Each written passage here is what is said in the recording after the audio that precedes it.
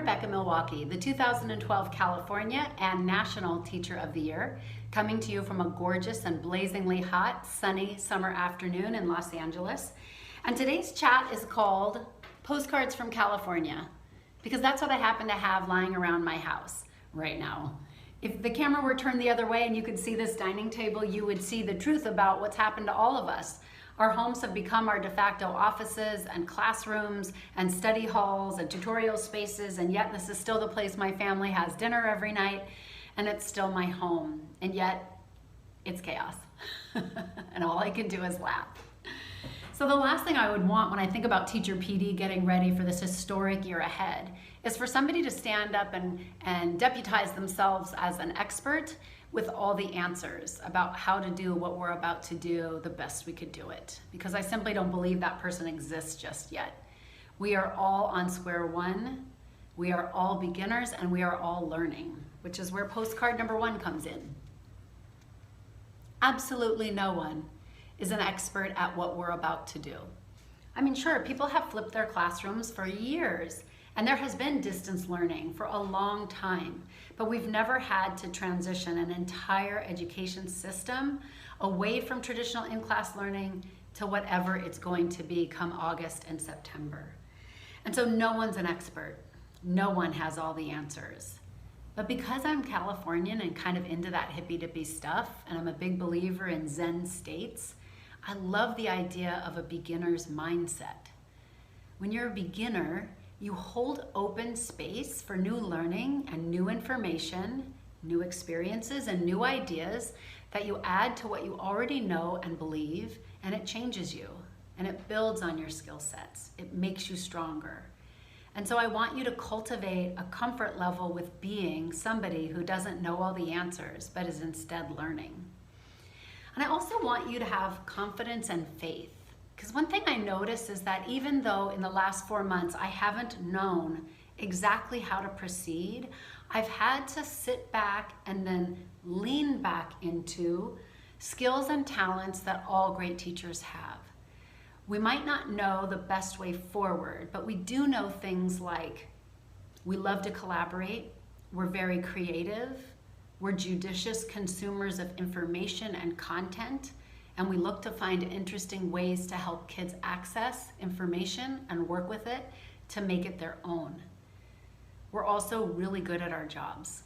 And so as you figure out what to do next, I want you to not worry that you don't have the tools that you need to go forward. You really, really do. I promise you. The next postcard is less is more. In March, when we shut down and kids went home and teachers went home, we had to talk about how much we expected kids and families to do, and how much did we expect teachers to be teaching? Morning, noon, and night? More than that? And what we settled on was the number 50%. Our district communicated that they expected or anticipated that students would be able to handle successfully roughly 50% of the seat time minutes and roughly 50% of the content that teachers would normally teach in a given semester's worth of time. So that's what we planned for, and that's what we tried to do. And then, as it has a way of happening, reality interfered, and that's not the number we achieved at all. We were dealing with circumstances that were out of our control, and that prevented kids from sometimes even hitting 20-25% of the time that we hoped to see them or the work that we hoped that they would do. And so because great teachers are also great thinkers, and we think like scientists sometimes, we had to study that and ask, if that's what happened when we were in a crisis, what might happen when we're not? And when we're teaching what is a regular year at home or in a hybrid condition.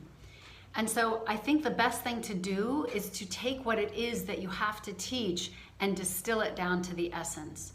And pick that power standards, those learnings that are essential, and develop your year around that distillation.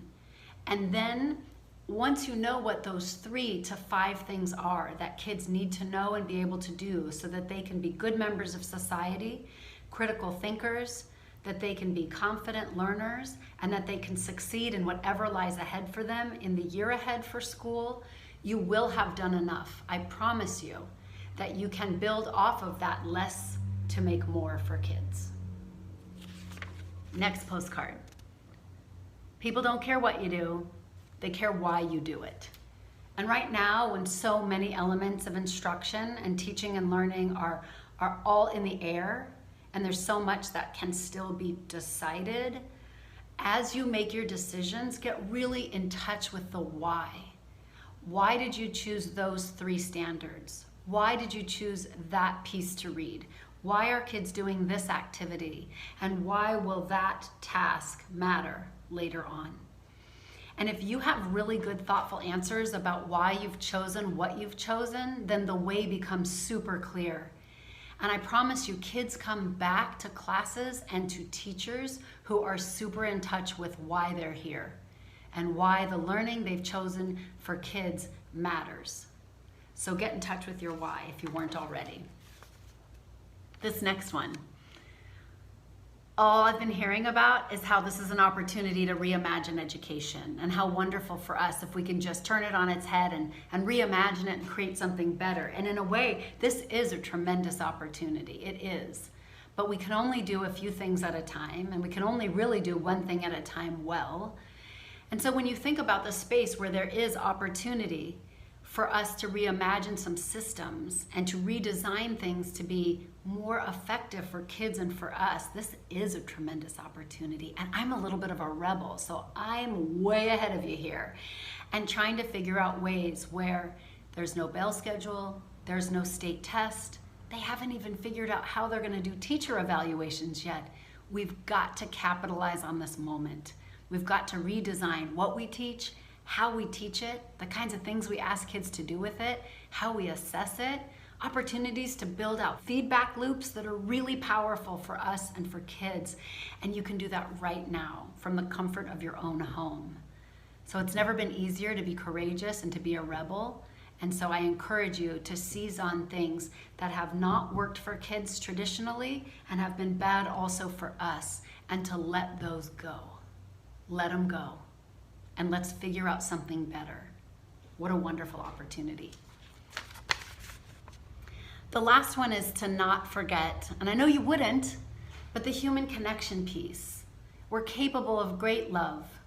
We're capable of great understanding. We're capable of great, incredible things that connect humans to one another.